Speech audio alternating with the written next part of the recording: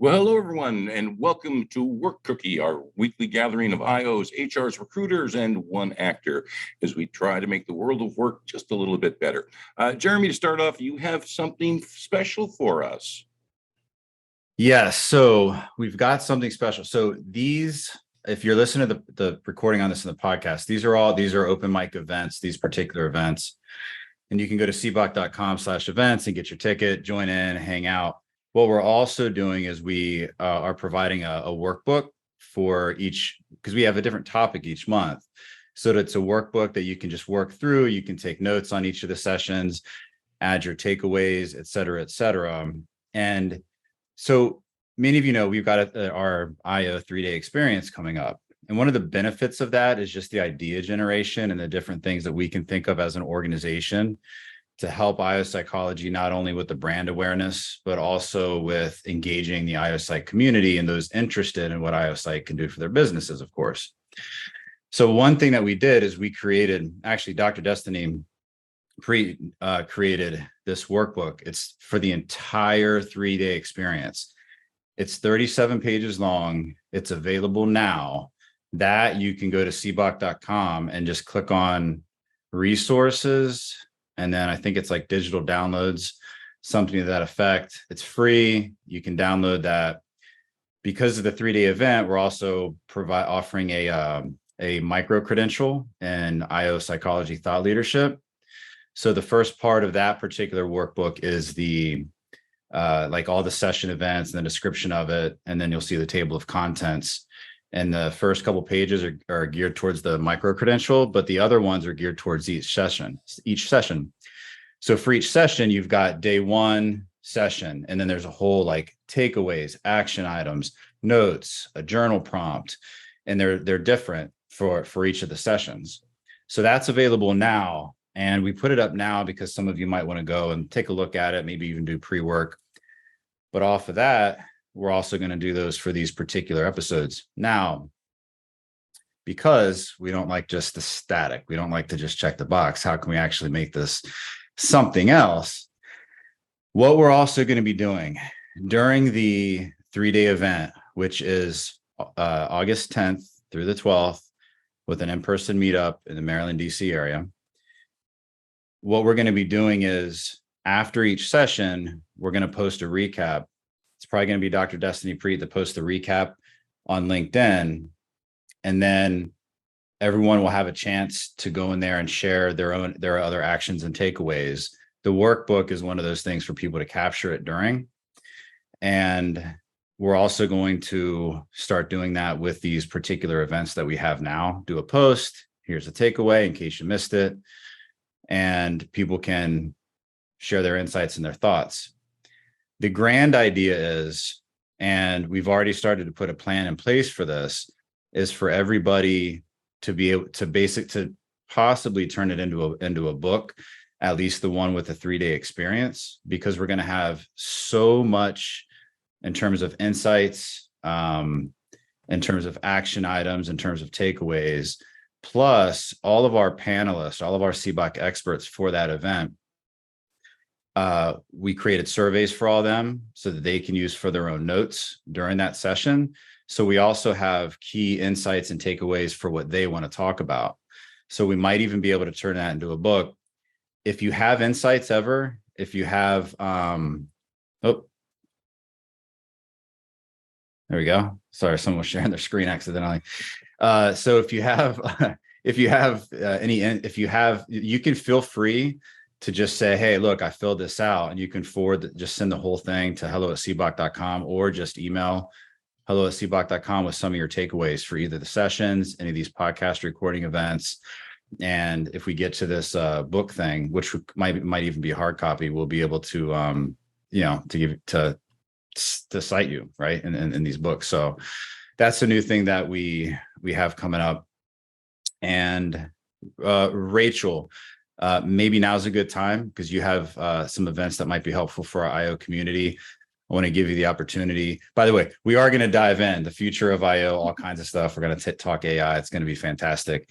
Rachel, do you want to share about the events that you have coming up? And then after you speak, you can make sure you pop the links in the chat.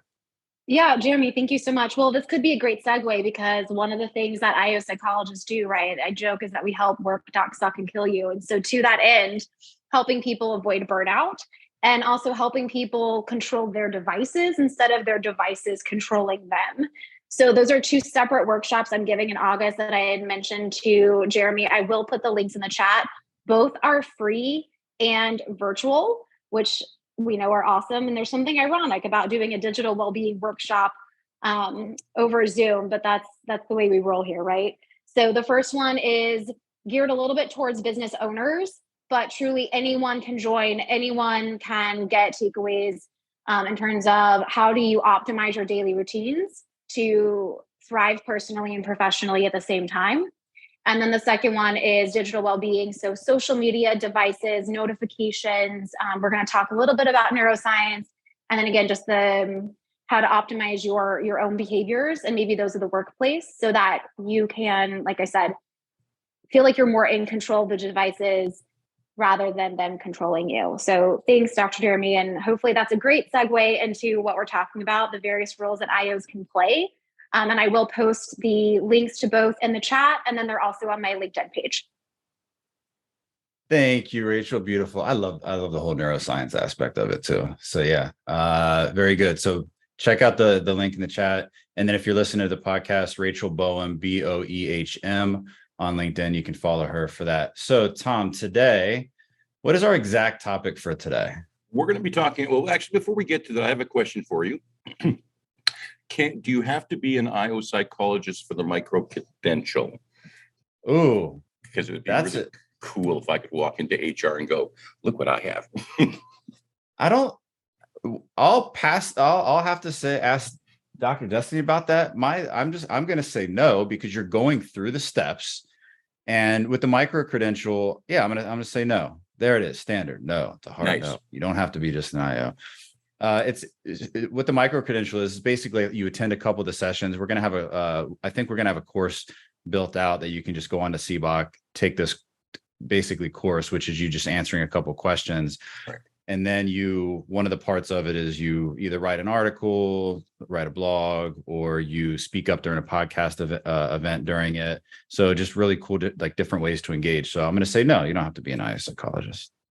And really, Work Cookie is like a weekly university class in IO psychology. So I've learned a lot over the last couple of years. But today, we're going to talk about the future of IO psychology. We're going to look at trends, challenges, and opportunities for growth, which is really exciting to me, Jeremy, because you and I have known each other for a couple of years, and you're the one who introduced me to IO psychology. I never even, I was like the rest of the world, didn't know it was a thing. But now, with all the time that you and I have spent looking at online, virtual, hybrid work, I don't think you move forward down that step without an IO psychologist. So that's just something brand new that we're seeing now, that, that working from home, you need an IO psychologist to navigate that and to get everyone working together. But let's start talking about some of the other trends maybe that you're seeing out there. Yes. And Tom, you mentioned something. We're going to get to the topic eventually today, but you mentioned about, I didn't know about what IO is until I made. So a lot of people don't. It was interesting. Deborah Colazzo shared one of the posts that I made on like brand awareness and IO psychology being a household name within 5 to 10 years. And I put a comment in there and I tagged things and people. And then I was like, I'll just make this into a post. So I just posted it on LinkedIn. Brendan Grech had this great idea. I don't know if Brendan's here. I can't see my full screen. He just popped in. There he is. There he is, Brendan. Hey. So Brendan Grech had this idea that many of you remember from one of our podcast episodes. We were saying, all right, what would be a game changer for IO brand awareness? And he said, hey, what if it's a hit movie played by starring an IO psychologist played by a well-known actor? So I just made this post basically saying that. And then I tagged like Netflix, Columbia Pictures, Universal Studios. And then I tagged a bunch of producers, like movie producers, specifically from those companies in the post. So maybe we'll get some traction. But in order to help traction, if you guys want to go and give it some engagement, that would be great, because who knows? Maybe we'll all get a starring role. Who knows? So back to that in terms of IO. Normally we start out and it's like, okay, here's some research articles. I wanted to take this in a little different direction because my mind just got going so far. So what I did first is I just wrote down my general thoughts. Then I went onto the internet, which is highly trustworthy. And I said, all right, what are some of the AI implications for the workforce? So here's where my mind went. So this is going to be really just kind of like open bleeding discussion today. One of the things I thought about was autonomous. Again, we'll tie this all back to IOs. So autonomous vehicles. So how long is it really going to be until UPS, FedEx, all like these, it's autonomous. So what are they going to be doing while the vehicle is driving itself? Is that an opportunity for organizations? And I look at IO in 3 different ways in terms of how I think IO practitioner roles are going to be divvied up in the workplace. I think it's going to be strategy, data, and creative implementation. And I think that our roles are going to fit into that. Either you're an IO in the workplace focused on overall strategy, you're going to be focused on the data, or you're going to be more focused on the creative implementation of the strategy based on the data. So it makes sense because a lot of times people say, well, we don't have time to train our employees and take them off of the floor. This provides an opportunity to strategically, how can that time be used, for example, for training or for professional development? Well, they have these autonomous vehicles where they have the ability to do training while they're not driving the car that's driving. But again, that's what our job is try to think about what's coming and what's coming that we don't know that's coming. And not even that. So what else can be done during that, downtime per se? And then also looking at really things like maintaining customer relationships. When you look at AI in healthcare, it's moving towards this where it's all going to be virtual assistants that are taking care of everything. So you lose a bit of those pieces there, but you also got to have quality control on the background. I watched recently, I forget what it was called. It was a Netflix special on the E. coli's and salmonellas and the beef industry and the romaine lettuce and the chickens. Right now, you still have to have a human eye on those hundreds of chickens that are going by. So it made me think of that kind of in relation to this, because you're going to have these virtual assistants. How are IO psychologists, what are going to be the roles and the future roles of IO in terms of almost either strictly data or some other way in terms of quality assurance to make sure, in healthcare, that these virtual assistants, that the information is getting collected properly. Because again, we look at IO psychologists being experts in survey development, if that's their niche.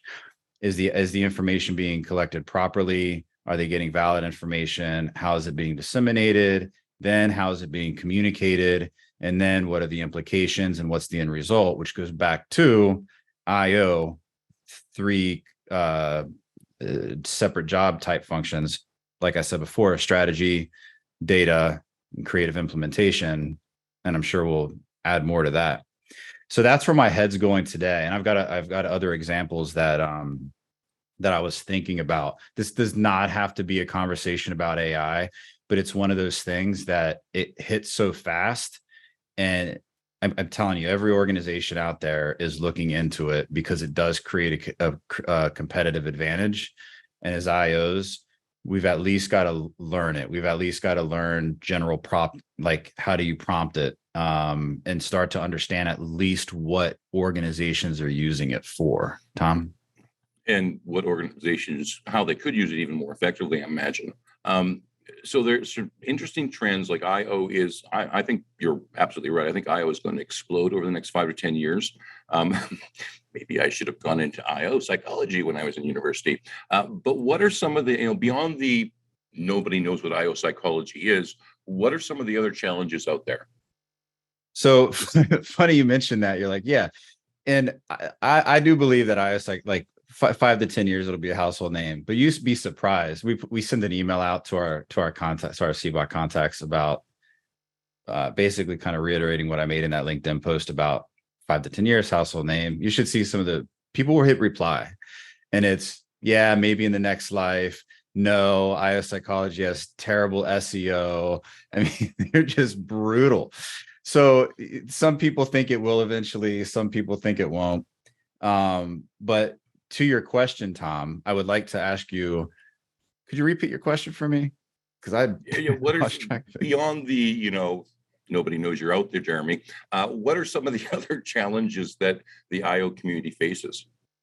I think it's so here's the thing. It's we've got the problem with the brand awareness, but how do we insert ourselves in I don't like that term, insert ourselves, because then it's how do we manage the brand plus proactively help organizations know what the benefits are for the different levels and the different niche areas of IO related to, I started talking about AI, so fine, related to AI and implications, but really related to that productivity piece, maintaining that productivity and performance piece, in a very tight way, but at the same time, what are the implications for maintaining it, for keeping a workforce, for retention, for the employee engagement piece. And there's just so many implications. We don't know. Look what's happened over the past 20 years. A lot of things have stayed the same because we're humans. We have the same needs. We, for the most part, people focus on their self-interest. For the most part, people in organizations are afraid at each level, so they keep maybe sometimes the wrong communication or the wrong tightness on the reins of subordinates because they're afraid. The same thing. We still have organizational politics, and we still have, okay, we're going to do this, but we're just going to check a box with all kinds of initiatives in the workplace. So I think it's like, now that I think about it, Tom, this is why I love having you here. We take those and we turn them into problem statements. So what's the problem statements? What are the problem statements? How do we maintain performance and with also maintaining, committed employees with engagement? How do we make sure we're having the proper tightness of the reins while eliminating organizational politics? So you're getting into, again, there's a lot of strategy there, ideation. I'll take it over to you because I know there's some hands up here. Yeah, let's go to LindaAnn. Hello, LindaAnn. Good morning, sir. So in thinking about this topic ahead of time, one of the things that occurred to me is I think that there's a lot of opportunity for IOs, especially in, and we had talked about this recently, about the door in for data-driven decision-making with all the implementation of AI. And of course, IOs are far more adept at utilizing that data and interpreting the data than most people in leadership or human resources or anything like that. So I think that's one door in. But the other thing too is what is the real door into an organization? Do you have to create your own door, or is there a door in that already exists that can get you in? That there needs to be some kind of integration and synergy. And I see that as most companies, regardless of the size, understand that they need some aspect of a human resource component, right? But most human resources are people don't have the depth of education about humans that IOs have, right? They're all about the outward-facing behavior and so forth. They're not focused in general on root cause and all those kinds of things. I think that there's a huge gap in human resources even understanding what IO is and what they can do for an organization, how they can integrate, what the synergy can be. And I think that that's something to consider, is how can we get IOs in to fill that real gap in what human resource offers an organization, and that also can bring it down to company sizes that are 50, 80, 100, and 150 people, rather than looking at those 300, 500 size companies that might employ a IO consultant or an IO department. So that's my initial 2 cents. Well, it's a great 2 cents. And I agree with you 100%, where I think every organization needs both HR and IO psychology. So in that vision, how does HR and IOs play nice together in the same sandbox? What does it look like with them working together? Well, for example, just if you wanted to do performance management, that is a place that's ripe for an integration with IO and human resources, because there's a lot of human resources. I don't know very many that have a degree in human resources, right? It's an after the fact kind of thing, where you all you have degrees upon degrees in IO. And so the depth of knowledge there is so great on how to do this properly to extract the behavior that you're looking for, right? You look at the process and the depth and the root cause and those kinds of things, and then how to properly analyze that information. Human resources basically is like the lipstick on a pig, in a lot of ways, for lack of a better, analogy. It's all about what's forward facing. Thank you for that. I'm trying to get that image out of my head. And I love the fact that you said y'all, which is a great segue to Lee. Lee, let's go to you. Tom, I feel attacked. I don't know what's going on there. But, and one of the keys to what LindaAnn said is that, when you put the lipstick on a pig, it's still a pig, and all you do is annoy the pig. So, you have to be very careful with that. So just to circle back to where we started with Jeremy, our PR sucks as a field. I mean, we've been around for, 100 plus years, and, people are still kind of like, what's that? And, and of course, we're this corner. And so everybody thinks psychology, and they start thinking, laying on a couch talking about your mother, and, which is obviously totally not our thing. So that's the first thing. And, and like one place we have to be careful, like, Dr. Palliser says, and some of these probably heard it, that if you have to explain the joke, it's not funny. And so you have to be very careful about trying to just out of the gate explain what an IO is, because a lot of them, they just don't care. It's what can you do for me?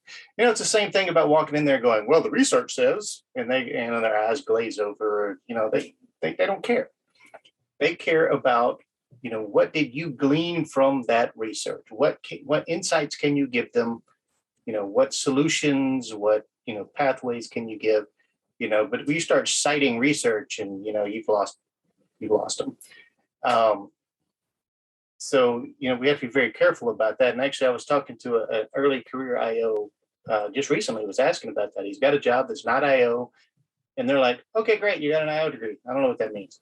And so, he's asking, "Well, how can I really kind of get in there?" And and as we talked about it and thought about it, it's like, what?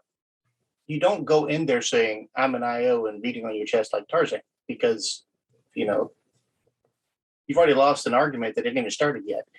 So what you have to do is you have to go with the ideas. You have to go with the solutions. You have to go with asking the right questions. And so you start off in small ways, and they say, well, we have this issue, and you go, I can help with that. And as you start to build that reputation, as you start to get in there and you start carving your niche in that organization, where they start going, this person knows something that we need. And as that goes on, then somebody goes, how come you know all this stuff? Well, I have a degree in psychology. Really? Well, now you can have a conversation about that, and people can start figuring that out. But I will say that in the couple of decades I've been out of school, it's only been in the last year and a half that I have seen a job called IO psychology, or seen a job description that had IO psychology as a desired degree. So we've made inroads. It's happening. The train has left the station, and but it's still got to pick up some speed.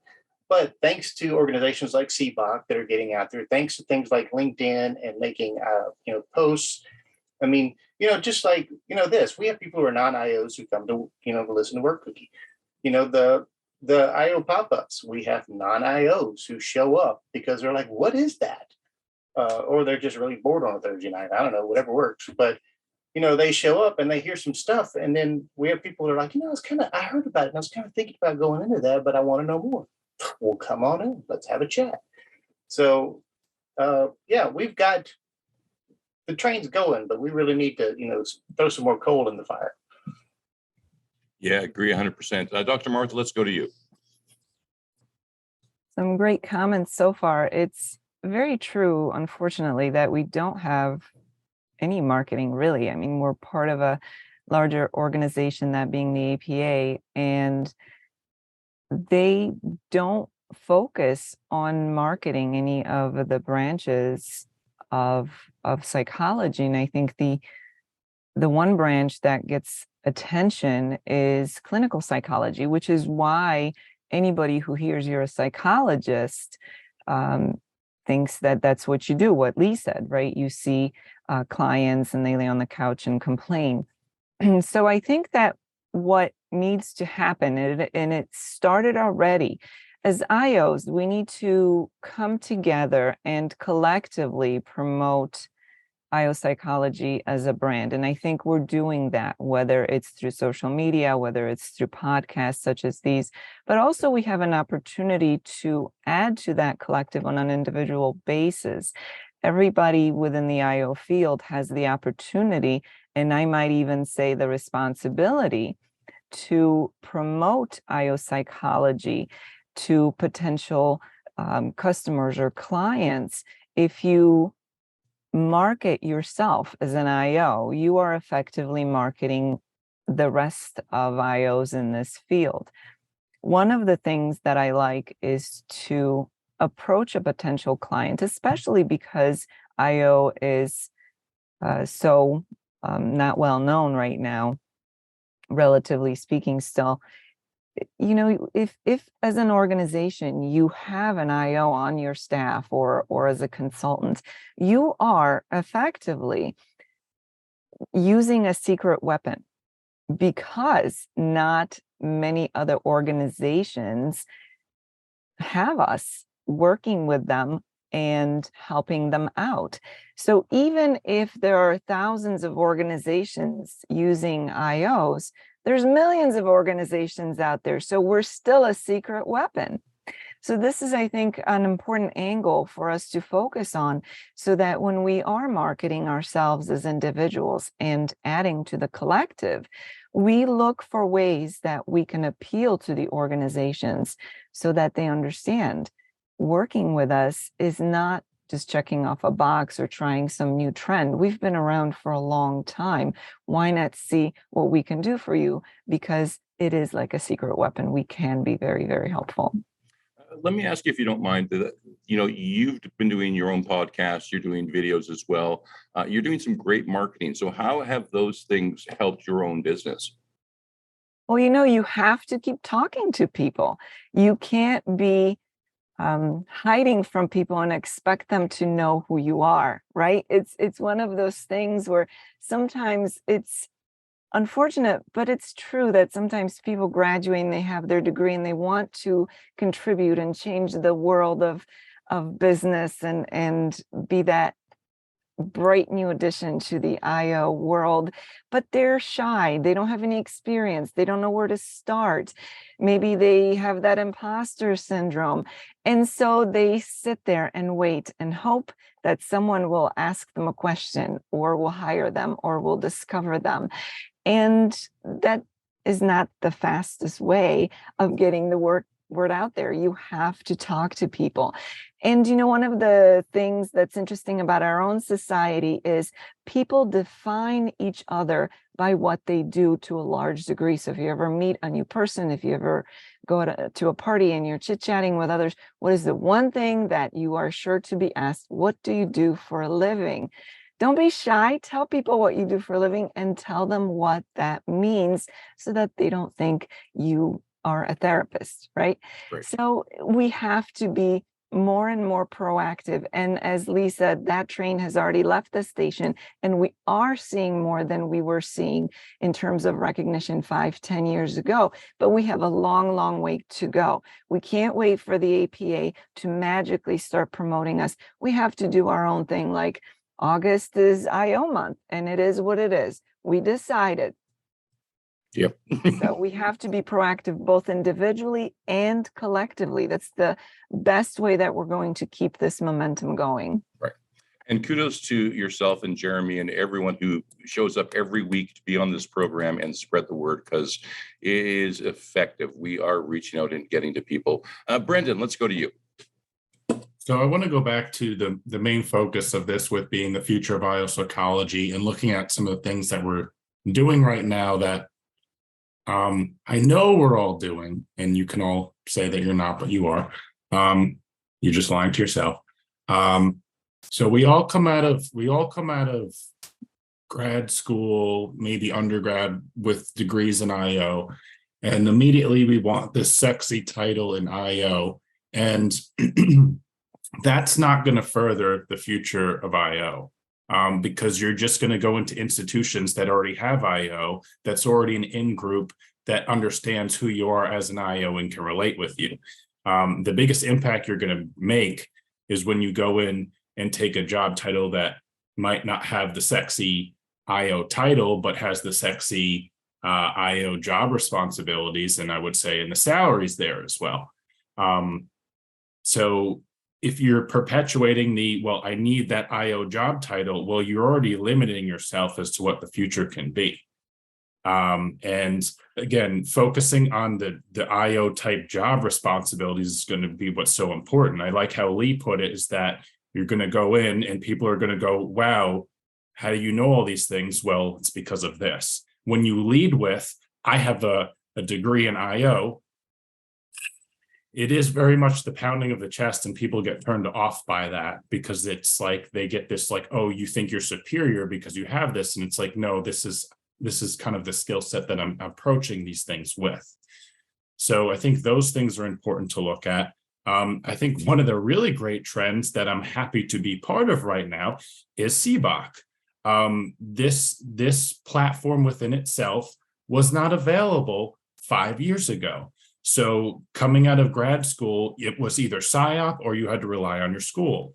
And that's an important trend right now, that CBOC is filling this gap where you could be brand new to IO. You can be an IO for a long time and come to this group and still have people to connect with here and have these robust discussions on. So I think those things are important as well. I do know when we had talked about the idea of the IO with the movie, I don't remember what it was, but it also started to come up in politics that there was somebody running for president that had a degree in IO. And I know that started to be a hit on it as well. And I really, if someone wants to take one for the team here and go into politics, that would also be a great way to further expand. But again, you'd be taking a big hit, and IO has integrity and politics doesn't necessarily have integrity. So I'm asking you to sacrifice some of your beliefs within that. But these are where we really have some opportunities for growth within these things, is that the industries, these different sectors need us. And if we're just, oh, I need to go into IO, I need to be doing assessments or selection or very specific niche things, well, you're doing yourself a disservice, because you have so many more abilities than that to then just, well, I only want to do this, or I want to have that sexy title, so this is what I'm going to have to go into. And I'm saying that's fine to launch yourself into your career for that, but you need to think bigger than that, because you didn't go to get your advanced degree so that you can make an extra $20,000 a year. You went to go get your advanced degree so that you could be pulling in six figures and then keep bumping that up year over year. So don't forget why you started doing this, and don't forget why you went down this path. And I mean, for me, it's money, but for me, it's also, helping people. The most important thing of IO. So yeah, you're doing a lot of good for people, but it sure is nice when they hand you a check. Caralee, let's go to you. Thanks, Tom. Yeah, Brendan, I really appreciated what you were saying, and I think it segues perfectly into what kind of my thoughts surrounding this conversation have been. I'm speaking from the internal practitioner perspective, and I'm not in a classic IO role. And so it's been really cool just to see how I can use my IO lens of like how I view now the world and all jobs to impact my role, my day-to-day role. But I really think, like what LindaAnn and Dr. Martha, you guys were saying earlier, you were talking about being able to communicate what IOs do and communicate it in an effective way to people in the organization and clients, people in the organization that matter and can make differences, like leadership, and then potential clients that you might be working with. I think like if there were like two practical takeaways from the conversation today that I would encourage all internal practitioners, regardless of what role you have in the organization, I think we as IOs have the ability to identify those root causes of issues. And so, like I said, whatever role you might have in the organization, you probably will come upon situations where you might go, oh, I see that this department is having a staffing issue. Like this department might be understaffed, and that's the root cause of their burnout. Or, you might make hypotheses or be able to kind of see some things out. And so when you are able to identify that, or you have a suspicion that might be the issue surrounding another, issue within the organization, then being able to take that to the head of whatever department that might be able to actually make a difference in that area. And so, yeah, I think just like keeping an eye out for issues within the organization and then knowing who to talk to about those issues so that you can begin conversations. And not having the expectation that you are going to make a huge difference overnight, but understanding that each conversation does matter and knowing who can help you, who you can partner with to further the impact is also a really good skill to have as well. One of the things I've noticed is that there's a huge lack of leadership in a lot of organizations, that people they're doing a great job, they get promoted, eventually they end up in a position of leadership, but they don't actually train them how to lead. So as an internal IO, are you able to use some of your skills and knowledge to either become a leader or to train some of those managers to become leaders? Yes, that is definitely under the big IO umbrella. And I think that's a really important point, Tom. We need to be encouraging leadership. And, I always like to say, you might have your job description and your role title, kind of like what Brendan was saying, but go beyond that, think bigger than that. And you can impact people in ways that you might not even be able to think about, even if you're lower on the totem pole, reaching out to leadership and having conversations and partnering with them. And so if there is an opportunity for an IO to train leaders, I think that's incredible and that they should really take advantage of that. Yeah. And Jeremy, you've often talked about leadership from below, which I think is such a key ingredient for a lot of organizations. LindaAnn, let's go to you. I want to prompt people to think about this. One of the, like Jeremy was talking about, the guy in the UPS truck with the automated truck, whatever it is, and how are they spending that time and so forth. And what I would like to challenge people to think about is to think beyond the current paradigm of what we know, right? We know the automated cars that we see today that are imperfect, to say the least. And so what happens when they're not imperfect, right? When it really works, and go beyond, what we are cynical thought process might be with regard to how that will advance. But what does it look like then? Go to the next step and break down those current restrictions and paradigms that we have about what AI means in the workplace today, and think about what the contribution of an IO can be in that next level world. And think about it in some ways this way. At the time of the pandemic, remote work was just sort of out there. Now it's part of our normal paradigm, right? How do you work? How's it working for you? Think about this 5 years from now, and what's it really going to be like? And position yourself to work in that environment and get be that thought motivator for the businesses today that are really trying to figure out what the future looks like. How do I prepare for resilience and getting my employees in a position where I can have them adapt well and keep this company going, whatever size that company may be. Yeah, I'm hearing, estimates within 5 years of 500 million people being online remote workers around the world. So it's coming. It's going to be huge. Jeremy, let's go back to you. There we go. I couldn't see it myself. I don't know if I was there. It's always a good. I love these. I love these events because there's always so many hands raised. It's like 6 to 7 at a time, which it's so engaging, and I love it. And just as a reminder, anyone here you can just raise your hand and speak up. We'd love to hear from you. I was just looking at, so Tom, you just mentioned like Upwork, these remote workforce types of things. I'm just putting in the chat this thing that I was looking at. Upwork alone has more than 10 million freelancers registered in 180 countries. And there's an interesting picture in terms of looking at like the future of work. And it's a little infographic, and it shows a frying pan because frying pans are fun.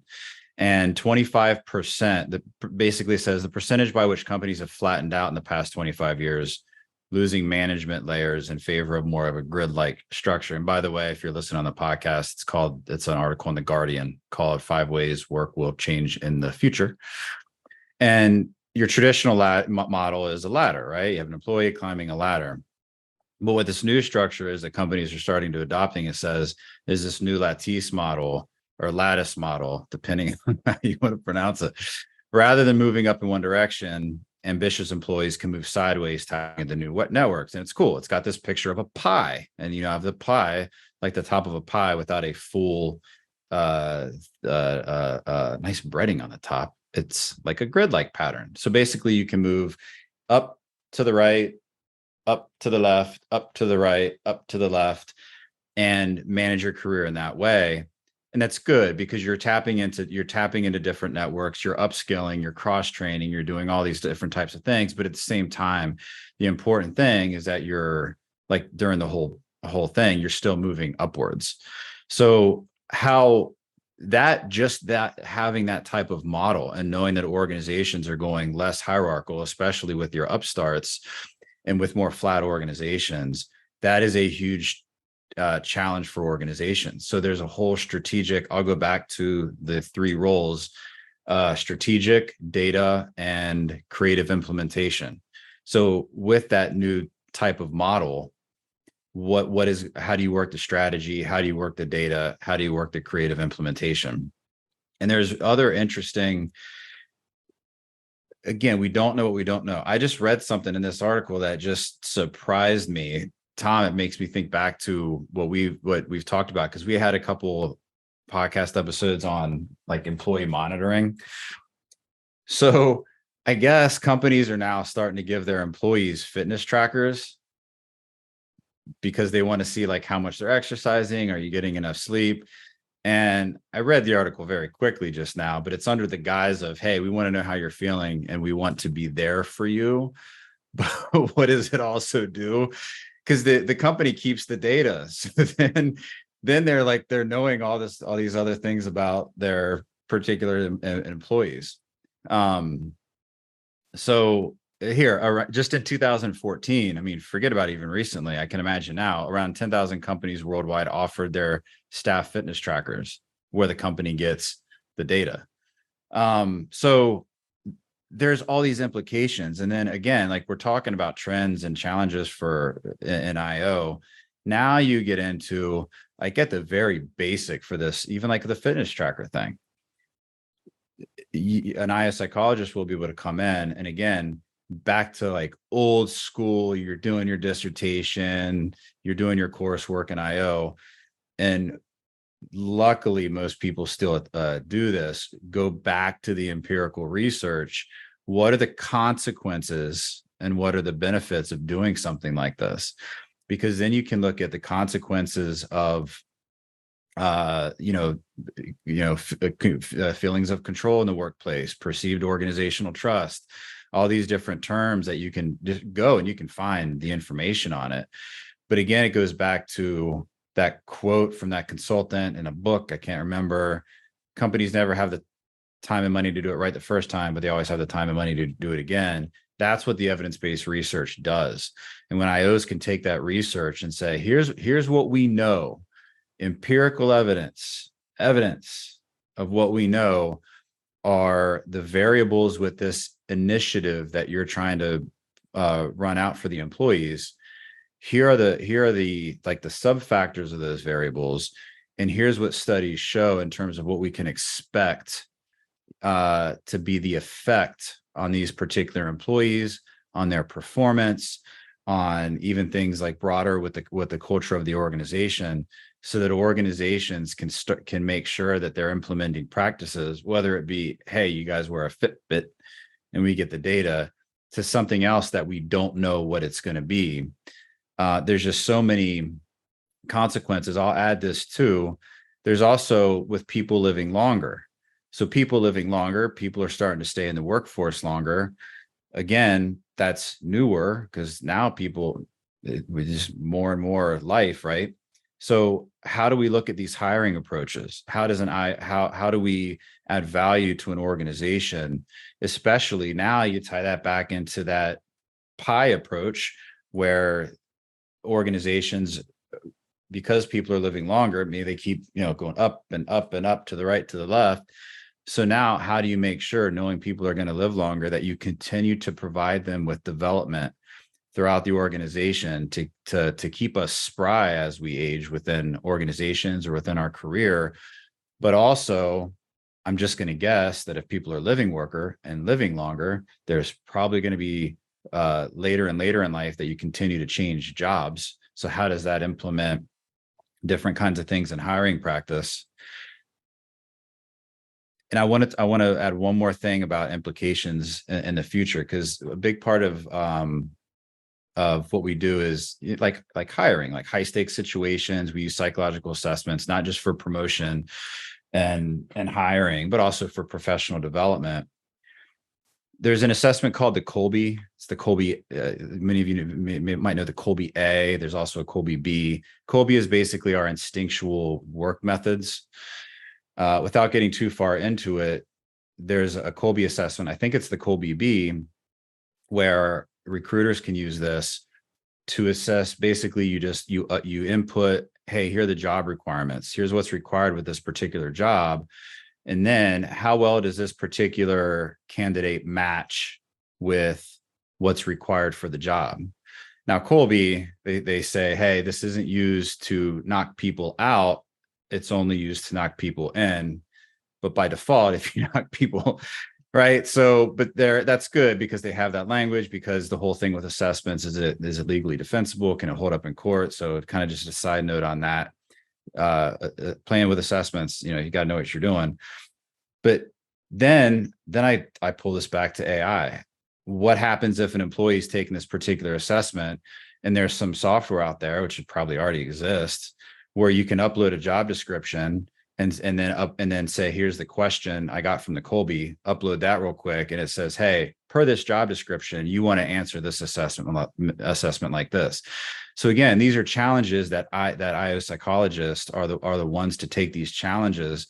Assessments, especially the high stakes ones, they already have things in there. If you guys are familiar with assessments, the first thing you get is basically, is it acquiescent? Like, are people faking? Are they answering just, yes for everything, or are they trying to make themselves look good? Because this is all worked in by the test developers. So that's fantastic. You can often tell if people are misrepresenting themselves. But in the case of, how does, again, AI play into this with psychological assessments, especially the high stakes one? So there's so much to do. And the good news here is, if you haven't found your niche area in IO yet, believe me, there are plenty of opportunities now to find your niche area in IO. Tom? Didn't once upon a time, CBOC actually started to chart all the niches, and wasn't there about 100 of them, 80 to like 100 niches?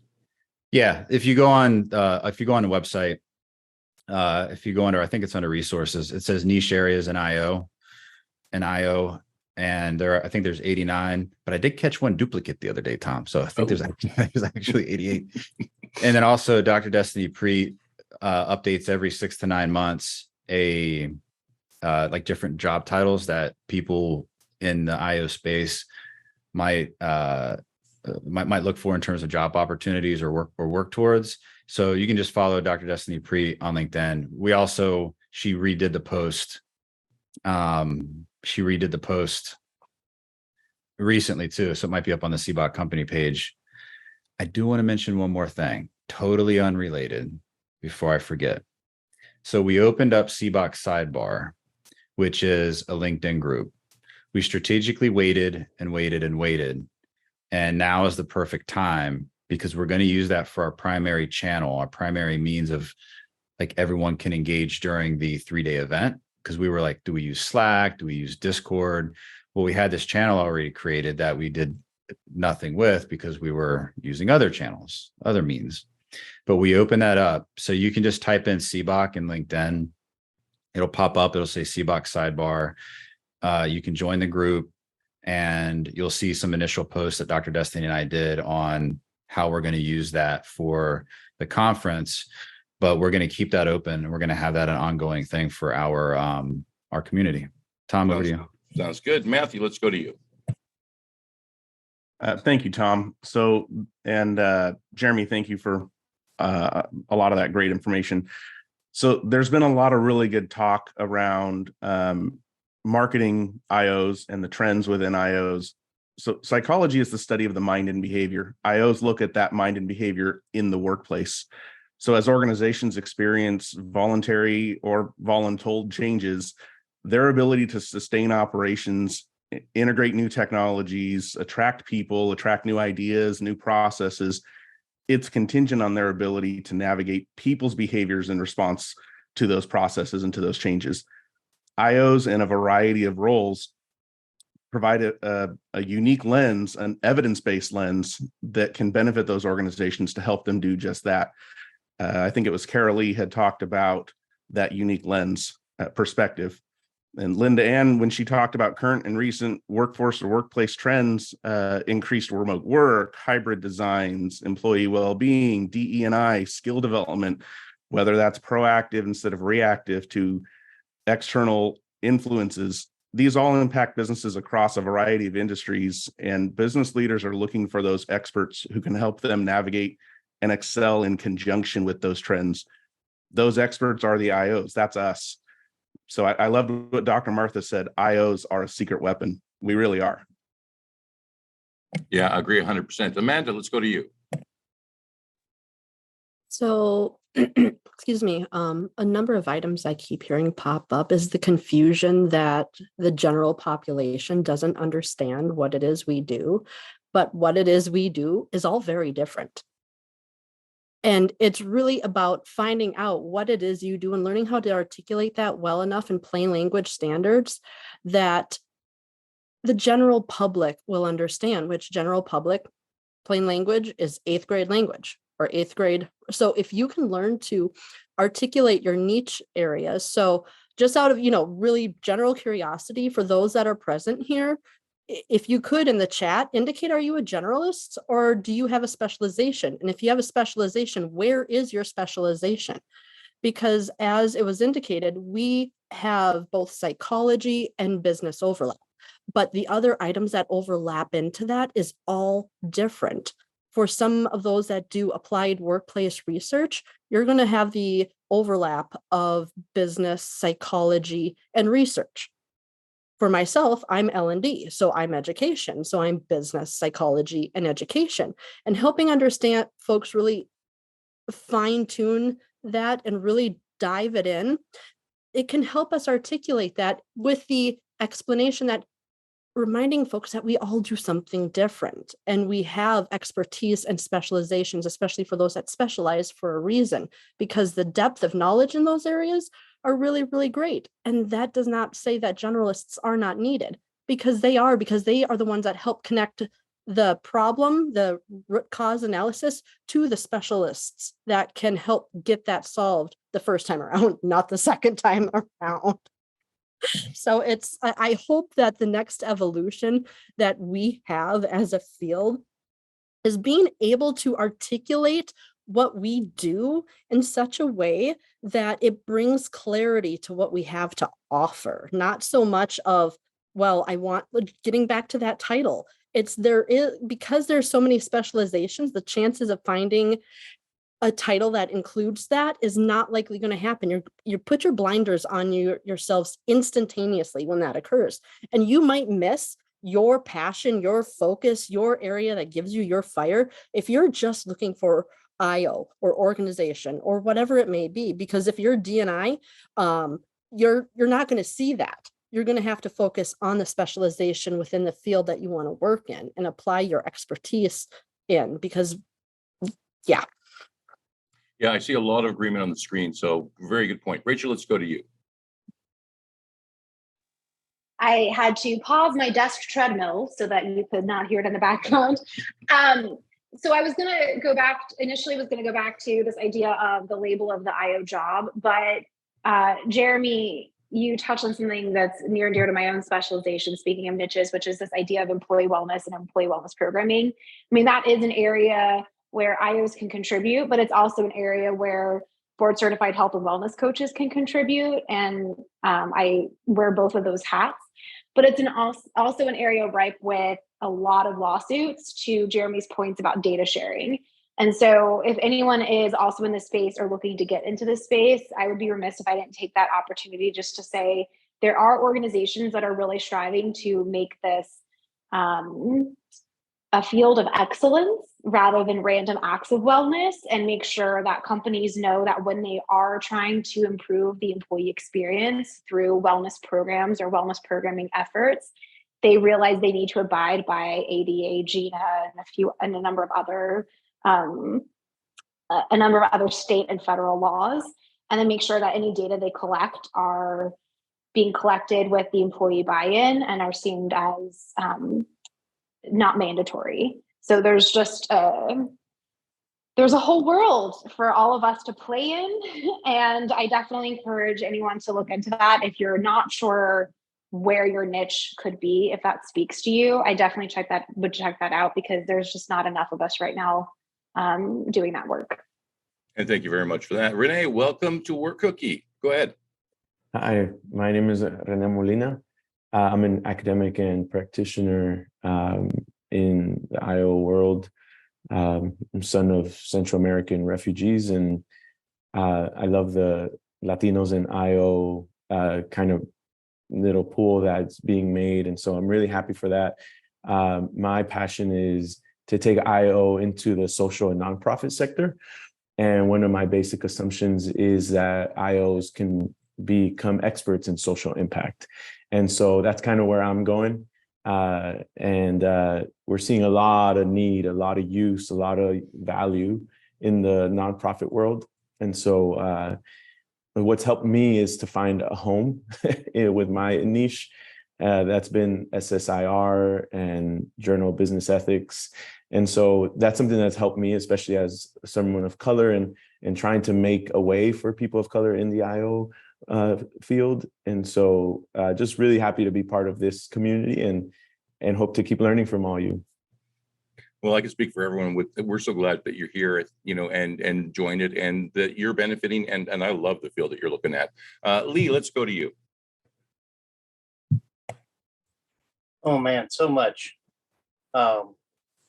I know we're out of time, so I'll be really quick. One thing as far as the niche goes is that don't think that you have to stick with one. If you see something that's adjacent to you, kind of like Jeremy was talking about with moving to the sides and whatever, if there's something adjacent that looks interesting and you have an opportunity, don't think, oh, I can't do that because that's, change management and I'm an org person.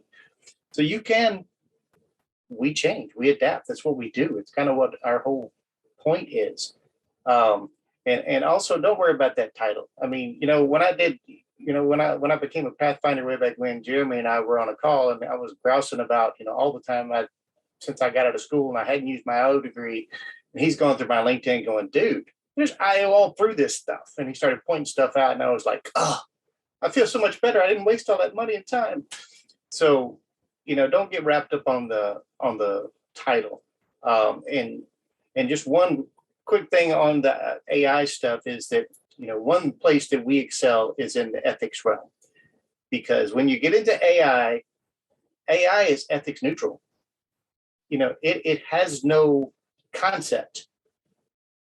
I see you shaking your head. I'm talking about the AI itself, LindaAnn, not the people running it. The AI itself doesn't see it. I mean, we've all seen it in science fiction. I mean, humans are the problem. Wipe them out. So that's where we come in to add that ethical part of that, because the AI itself doesn't have a concept of that. I mean, computers and all of that, they follow the directions that they're given, whatever those may be.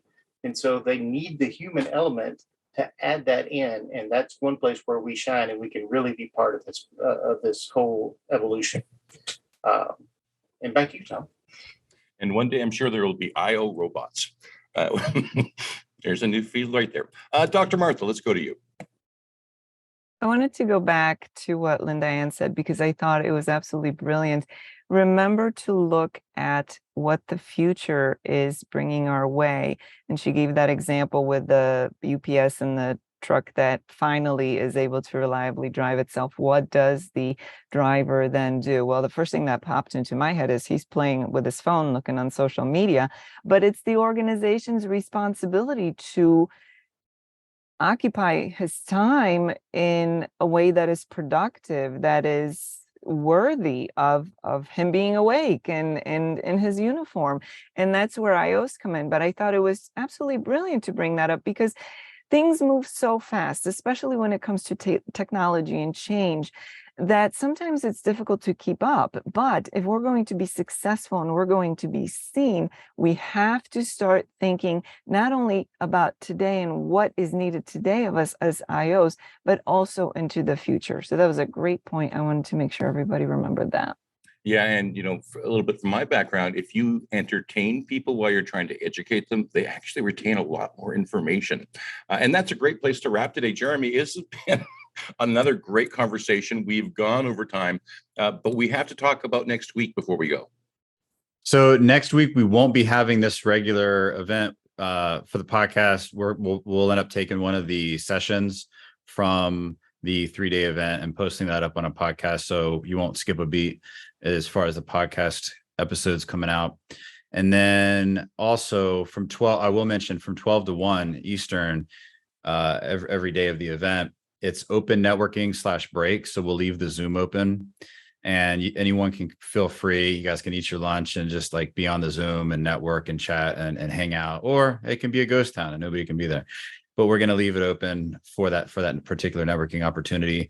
The following week, when we come back for this regular schedule, August 17th, the topic is developing a career path in IO psychology, navigating opportunities and transitions. So I guess this is it until we meet for the 3-day event. So if you haven't got your ticket, it's free for everyone. If you're interested in IO or practicing, just go to our events page on CBOC, grab it. We're going to have some fun. Tom, anything else? Yeah, I just wanted to mention too that it's not going to be like a regular convention. There's not going to be presentation style for a lot of the presentations. We're going to do very much like we do here with the Work Cookie podcast. And so if you're there, you can actually participate. You don't have to sit silently there. You can actually get in. You may get a chance to actually ask questions and to have conversations with these great people that we see every week. And a lot of them are going to be at every session as well. So if they've got a question, they're going to be jumping in. So you can do the same yourself. Absolutely. So important. It's going to have this kind of feel. We're all hanging out, talking about really important things, and you'll be able to, like Tom said, you can contribute, you can raise your hand, you can talk. And of course, we have our CBOC experts as panelists who will be talking, sharing, and Tom, might be interesting as from a moderation standpoint with all that. We have all in all, in terms of like numbers so far, I think the last time I checked on LinkedIn, we have 1,500 people clicked attend for the LinkedIn, and we've got hundreds and hundreds and hundreds of actual tickets already. They're free, but sold.